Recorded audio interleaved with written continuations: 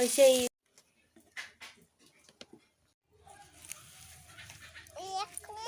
Good morning everyone, আশা করি তোমরা অনেক অনেক ভালো আছো, সুস্থ আছো।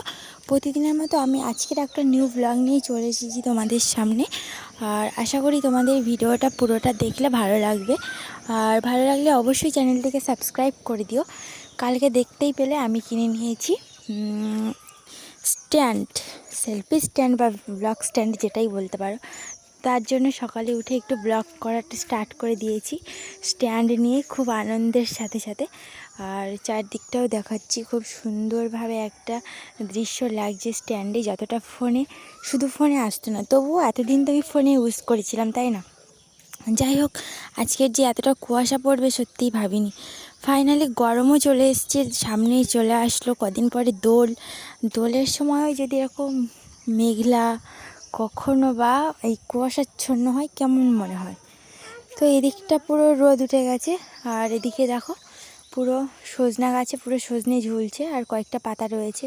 বেশিরভাগ পাতা সব পড়ে গেছে আর কি। এই সময় প্রায় সব গাছেরই পাতা পড়ে, সেটা তোমরাও জানো। তোমরা পুরো ব্লগটা দেখতে থাকো, আর অবশ্যই করে তো দেখতেই পাচ্ছ এ পাশটাতে মানে যাওয়ারই মতো না, এতটা কুয়াশাচ্ছন্ন। আমি যখন কিন্তু এডিট করি, পাশ থেকে একটা টুইক পাখি টুইক টুইক করেই ডাকছে, তোমরা হয়তো অনেকে বুঝতে পারবে। আবার কোকিল ডাকছে কুহু কুহু কুহু।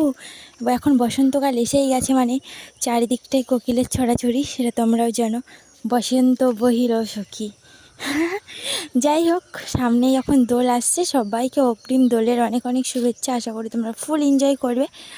আর আমার জানি না আমার কপালে কী আছে, সেই দোলটা আসুক, তারপরে না হয় দেখা যাবে কেমন কি চলে সব কিছু। তো এখন চলে এসেছি একটু মিষ্টির দোকানে, আর একটু খাওয়া দাওয়া করে নিয়েছি। আলু ভাজা করেছিল মা, আর পান্তা খেয়েছি আজকের একটু সকালে ব্রেকফাস্টে। পান্তাটা খেলাম কারণ একটু শরীরটা যাতে ঠান্ডা হয়, অনেক দিন ধরেই জার্নি করছি সারাক্ষণ কাজবাজ। তো তারপরে এই যে মিষ্টির দোকানে এসেছি, আর এখন নিয়ে নিচ্ছি একটু টক দই। তো টক দইটা আজকে দেখতেই পাবে, থাম্বনেইল থেকে হয়তো বুঝতে পারছো। একটু হচ্ছে মানে ফেস প্যাক বানাবো, তারপরে একটু চুলেও দেব, খুব চুলও উঠে যাচ্ছে আর কি। তো তার জন্য ঘরোয়া পদ্ধতিতে এইভাবেই সেরে নেব আমার কাজবাজ। তো তোমরা সাথে থাকো, ভিডিওটা অবশ্যই করে দেখার জন্য অনুরোধ রইল সবাইকে।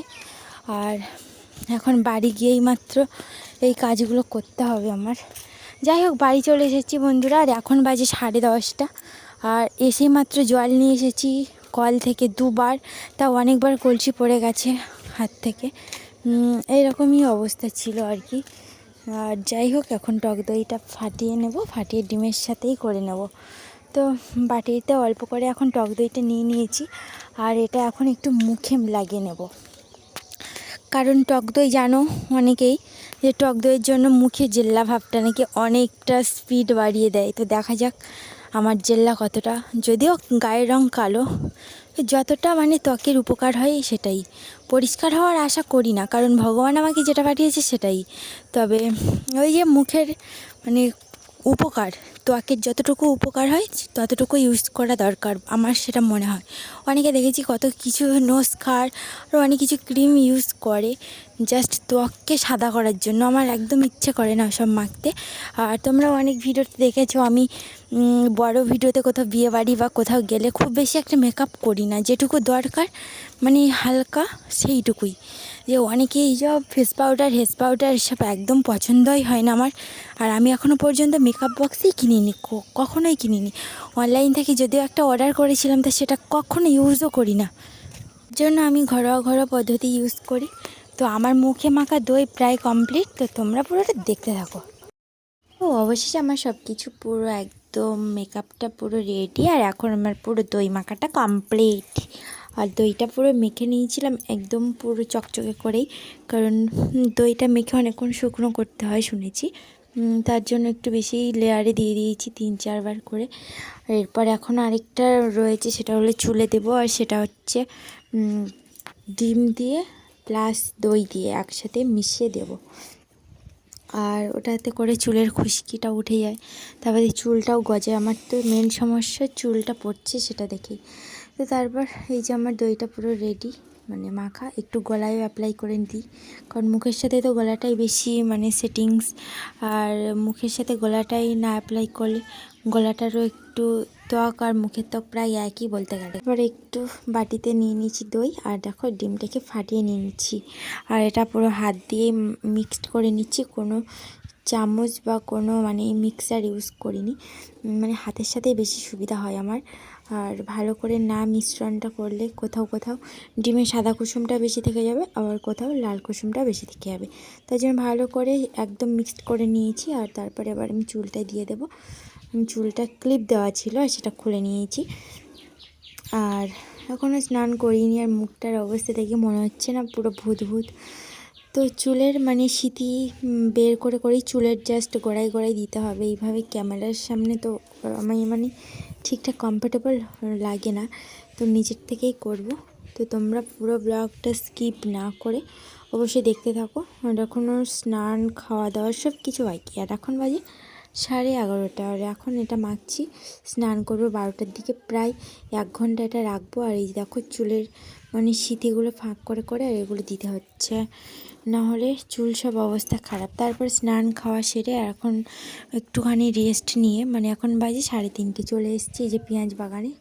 মানে মাঠের সাইডটা আমাদের বাগান রয়েছে একটা, আর ওখানে খুব খড় ফড় ভর্তি। এই যে পেঁয়াজ গাছ দেখতেই পাচ্ছ, আমার মেয়ে দাঁড়িয়ে রয়েছে কোদাল নিয়ে, আমার মা এখন পেঁয়াজগুলো তুলছে আর কি। তোমরা পুরো ব্লগটা দেখতে থাকো অবশ্যই করে। আর আমরা এখন পেঁয়াজগুলো ভালো করে তুলে নেব, আর আমিও তুলছি, একটু ভিডিওটা শ্যুট করছিলাম বলে তাই জন্য চলে এসেছি। আর সারা দিকটা এই যে দেখো 3টে পেঁয়াজ কলি হয়েছে, এতদিন কিন্তু দেখিইনি, আসাও হয়নি এদিকে। তো হঠাৎ এসে দেখি 3টে পেঁয়াজ কলি, সেটাও তুলে নিয়েছি। আর এই যে খুব পরিমাণ হয়নি, তবে বেশ বড় বড় হয়েছে। ভেতরার দিকটা তোমরা বাড়িতে গেলে সব কিছু তোমাদেরকে পুরো ডিটেলসটা দেখানো হবে। তো এখন পুরো ব্লগটা দেখো। আর অবশ্যই তারপরে এখন সব পেঁয়াজ রেডি তোলা, আর এখন বাড়ি যাচ্ছি। ভীষণ ঘেমে গেছি, দেখতেই পাচ্ছ চোখ মুখের অবস্থা ভীষণ খারাপ। আর এটা হলো সেই ধানের ক্ষেত যেটা হলো আমাদের বাড়ির পাশে, এখানে অনেক সময় ভিডিও শ্যুট করেছি। আর ধানের ক্ষেতের পাশেই একদম আমাদের পেঁয়াজ বাগানটা। ঠিক আছে, তো কেমন লাগছে ধানের ক্ষেতটা কমেন্ট করে জানিও। প্রকৃতি সব কিছু তোমাদেরকে যতটা পারি প্রকৃতি দেখানোর চেষ্টা করি। তো প্রকৃতির দৃশ্য অনেকের হয়তো ভালো লাগবে, অনেকের ভালো লাগবে না। যাই হোক, আমি আমার মতো কন্টেন্ট দেওয়ার চেষ্টা করি। তো তোমরা কেমন বলছো কমেন্ট করো, সত্যি কেউ কমেন্ট করো যে কেমন হচ্ছে ভিডিওগুলো। যাই হোক, আমরা এখন বাড়ি চলে যাব। আর বাড়িতে এসে দেখো পেঁয়াজগুলো বাঁধার কাজ চলছে। কেমন হয়েছে জানাও।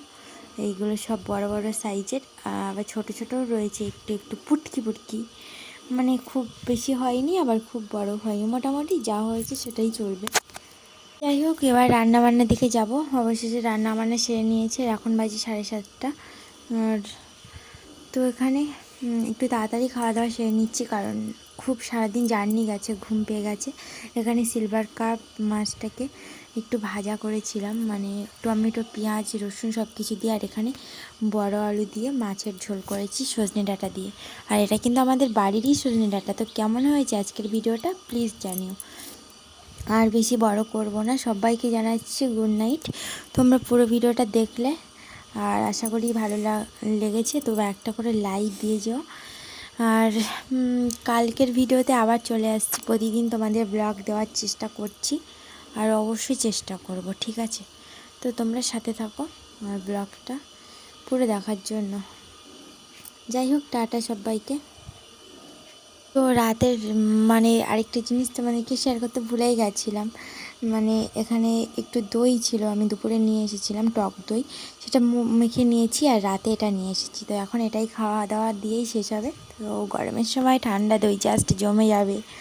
ওয়াও।